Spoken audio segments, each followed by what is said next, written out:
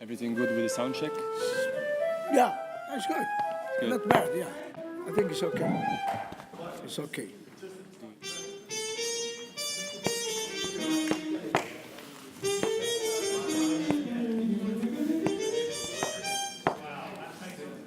Okay, Okay now. we are good.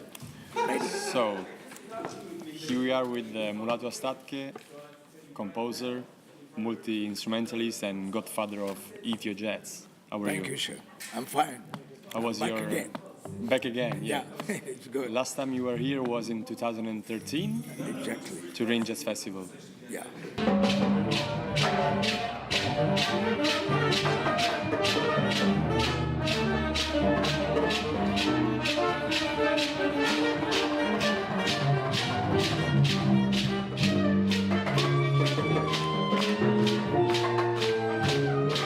You were born in Jimma, in Exactly. the southwest of Ethiopia. Ethiopia, yeah. What's your bond with your hometown? Well, you know what happened? I didn't stay long with that place. I left for Addis Ababa. I was so young, I don't actually remember it from what, you know. But it's a beautiful country. It's a beautiful place. In fact, I've received a PhD from Jimma University. It's about a year ago or something. Very interesting. And also, now I'm in Italy. What I think was so beautiful, I received an Italian medal from your president and your Minister of Foreign Affairs about 2 weeks ago.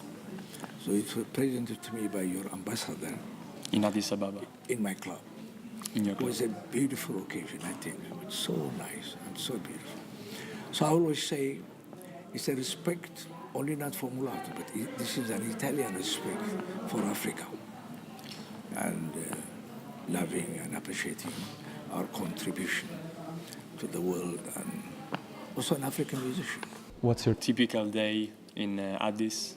Well, you know, I do experimental work. I have radio programs like 3 times a week on FMs.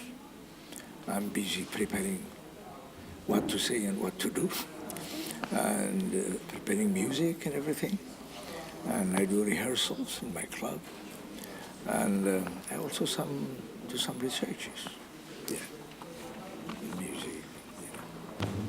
Last 9th of October, the Ethiopian government declared the state of emergency. Well, I have nothing to do about that. You know, I don't talk about this shit Okay. because my part in my country is culture and music.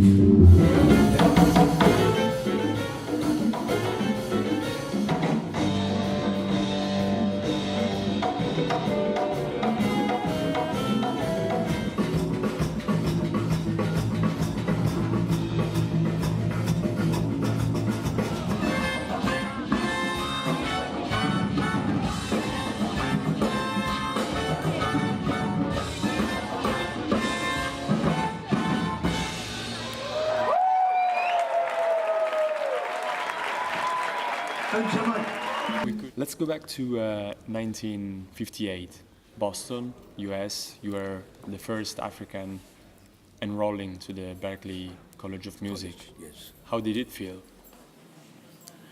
I'll tell you, it was really fantastic. But the thing is, before I enroll, you see, it's the third world education systems. What's the problem? I left for England in 50, it was like in 56 or something. I left for England. I went to high school there. So in that high school, it's a very prestigious high school, North Wales. They teach you everything. So the question would be, how do you create a person? So they give you, I left there to become aeronautical engineering because I was good in physics and math. So I got there and they give everything to the students. When I say everything, music, art, dance, physics, chemistry, everything. So just to find out what you are and what your talent is. Through that process, they found out if I continue with music, I could be great. So that's how I get into to music. You did good. Yeah, I was, You chose the right path. I was good in physics, maths also, but they said, now, if you continue in music, I think Mulatu will be great. So They were right. they were, you see, this is how you can find about yourself, which makes it so interesting. So they give you everything. So in most third world countries, you don't have that chance. You see, this is the thing, like music and art, not as much respected as in developed countries. So they want you to become a doctor, they want you to become an engineer, they want you to become architects or whatever. So that's so hard in third world countries. But finally, I got into music, and here I am, my friend.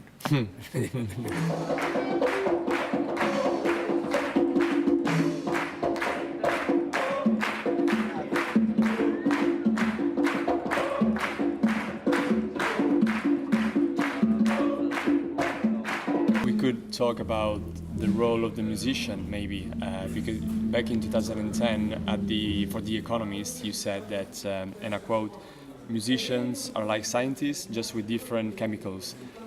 I mean, it depends what it is. That's how you use music. I mean, music has been used also to cure sickness, disease of some people. They can listen to it and become, fine and thinking very well. So it's not only the sounds, but it's also the medicine. So it pleases you, makes you happy. And if you are a sad person or something, you can listen to, because there are all kind of different type of music in this world. There's classic music, there's traditional music, there's jazz music, there's pop music, there's all kind of music. It depends for what you're going to use it. So it's, I always say music has its own world.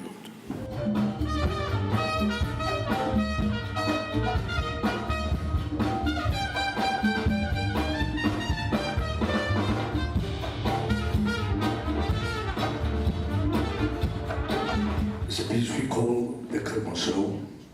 It's a piece which has been featured on Jimma's movies with Sharon Stone and Bill Murray. So I would like to play for you one of my compositions for that film. And we're featuring our trumpet player on this piece. It's a piece called Ye Kermoso. Thank you.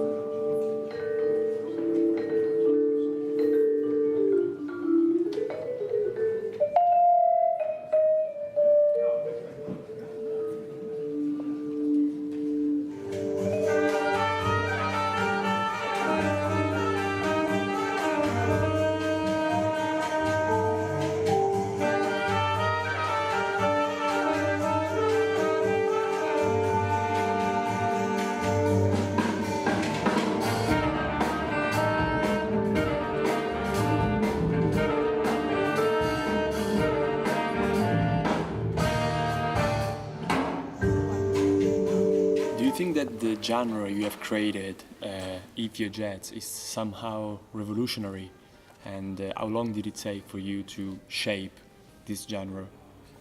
It took me a long time, because I left Boston from Berklee and moved to New York, and I created a group called the Ethiopian Quintet. That's how ethio-jazz started. Now ethio-jazz is 52nd years we celebrate, and it's reached all over the world. I play in Brazil, I play in Colombia, I play in Italy, Germany, England, everywhere. So it's somehow revolutionary. I tell you. Well, yeah, somehow we created something.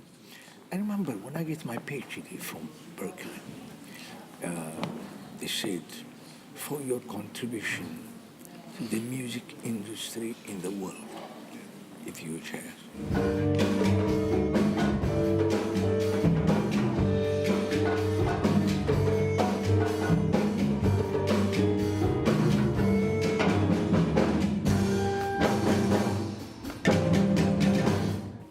are you listening to recently?